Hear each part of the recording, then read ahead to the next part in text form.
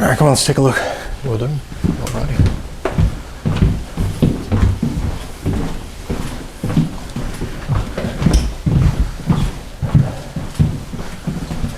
Okay.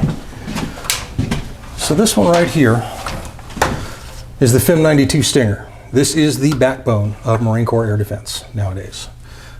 They use a number of different configurations, but this is the man-portable or man-pads version, and let's talk about it over at the table. Alrighty.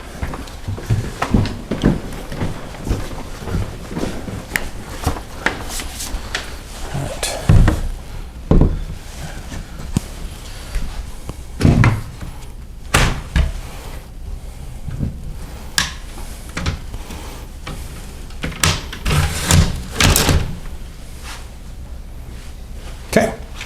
All right, so Stinger shoulder-fired surface-to-air missile. Can you tell me a little bit about the weapon and the history and why it's so special to the Marine Corps? So we introduced this weapon system in 1982. Okay. Actually, we weren't the first ones to even use it in combat. Several were given to the British in the Falklands in 1982, and they used them effectively against Argentinian aircraft. Shot down a few of them there. 1986. We supplied them to the Mujahideen fighting the Russians in Afghanistan, where again they were very successful with shooting down Russian helicopters. We fielded them, and basically this was the backbone of our low altitude air defense, both for the Army and the Marines. The weapon system has been continually upgraded over the past 30-35 years, and 40 years now.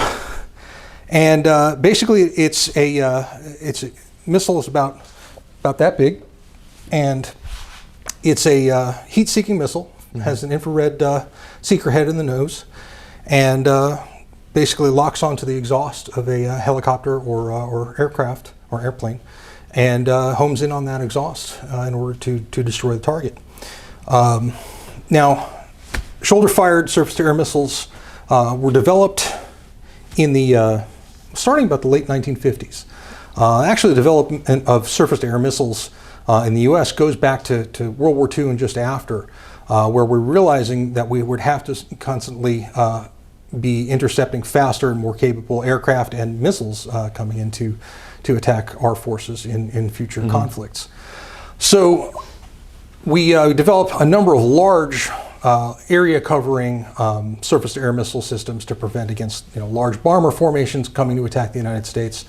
But we also were looking at a small system that could be used on the battlefield. And what came out of that was the FIM-43 Red Eye. The Red Eye was, like the Stinger, a shoulder-fired, heat-seeking surface-to-air missile. They started working on that in the late 1950s, but really didn't get into service till about 1968. Why is it? Just because of difficulty developing the technology to be able to be carried by a single soldier or single Marine.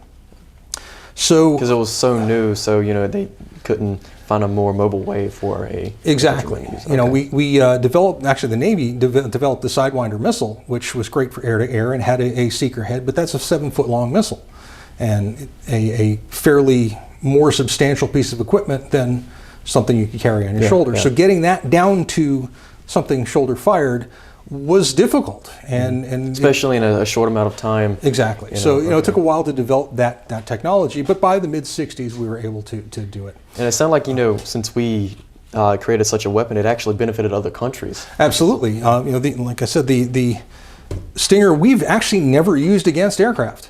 It has a number of combat kills in a number of different countries, but the U.S. military has never had the opportunity to use them against enemy aircraft. That's kind of cool in a way. Yeah, seriously. So the current version of the Stinger is actually a lot more capable than the version we have here. This is early mid-production, but nowadays the missile has 3 different modes it can operate in. It's not just heat-seeking, but it also can see in the UV spectrum, and really just is a much more capable system. It can see through jamming efforts, it can see through flares, and it locks on to the silhouette of the target now and goes to that rather than going just for a heat source. Sounds like, if I was the enemy, I would, kind of fear this weapon. Exactly. As an aviator, a weapon like this is definitely something that we would be very concerned about. Oh, wow.